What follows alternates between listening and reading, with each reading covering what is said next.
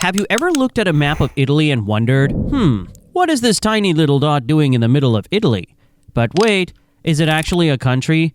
Yes, it is. San Marino is not a city, it's not a province, it's a completely separate independent country, but it's extremely small.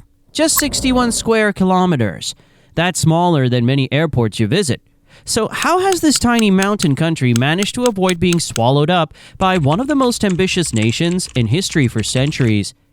Are they even financially capable of being a country? How do they even still survive inside of Italy?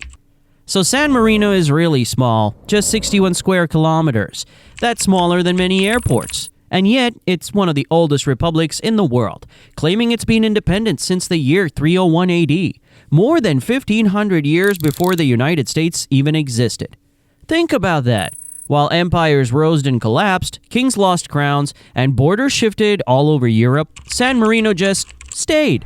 But here's the crazy part. They didn't survive by fighting wars or building giant armies. They survived by doing something way smarter. San Marino's survival strategy can basically be summed up in 2 words. Don't provoke. When big powers came knocking, the Papal States, Napoleon's France, the newly unified Kingdom of Italy, San Marino never picked a fight. Instead, they played the role of the polite neutral neighbor. They offered hospitality, negotiated peace, and made themselves politically convenient to keep around.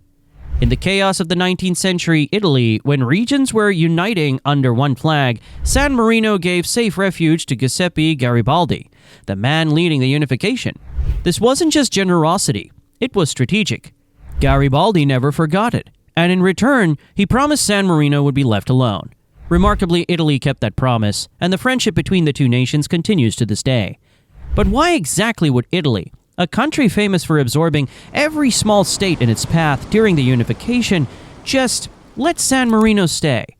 The answer lies in San Marino's harmlessness and symbolic value.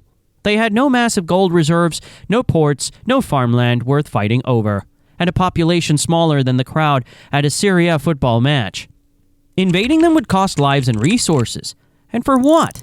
Instead, Italy found it politically useful to point to San Marino and say, see, we respect freedom and independence. It was like a PR win. And there was also geography. San Marino's survival owes a lot to its geography. Located high on Monte Titano, over 700 meters above sea level, the country was naturally protected by steep cliffs and narrow winding roads that made invasions a nightmare. In medieval times, its 3 iconic towers, Guaita, Sesta, and Montale, guarded every approach, giving early warning of any threat. But the mountain's location also made San Marino easy to overlook. It sat on no vital trade routes, had no rich farmland, and wasn't worth the cost of conquering. Being entirely landlocked by Italy meant no vulnerable coastline to defend, turning its high, rugged terrain into the perfect shield for centuries. That don't-provoke policy didn't just work in the 1800s. It worked in the 20th century, too. During World War II, San Marino declared neutrality. They kept their heads down while the rest of Europe was in flames. But neutrality doesn't always mean safety. In 1944, Allied troops mistakenly believed German forces were hiding in San Marino. They entered, fought a short skirmish, and then realized they were in the wrong place. The Allies withdrew, and San Marino quietly returned to running the government, almost as if nothing had happened. It was yet another example of how they always seem to slip through history without getting crushed. Now you might be wondering, okay, but how does a country that small even function? Well, San Marino doesn't have a traditional military. There's a small ceremonial guard for parades and official duties. But for real defense, they rely entirely on good relations with Italy. And it works. There's no border wall, no barbed wire, just open crossings. For their economy, San Marino uses the euro. And here's a twist. They're not in the European Union. They have a special monetary agreement allowing them to mint their own euro coins, which are rare and collected worldwide. Tourists often pay more than the face value just to own them. Speaking of tourists, they're San Marino's lifeblood.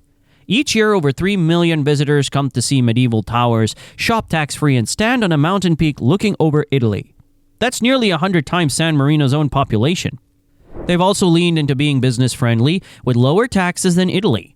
This has attracted companies and shoppers from across the border. In the past, it even drew some controversy, with critics calling it a tax haven. But San Marino adapted, tightening regulations while still keeping its economy competitive. they've also kept quirky traditions alive. The country is run by 2 captains regent at a time, elected every 6 months, making it one of the most frequently changing heads of state in the world.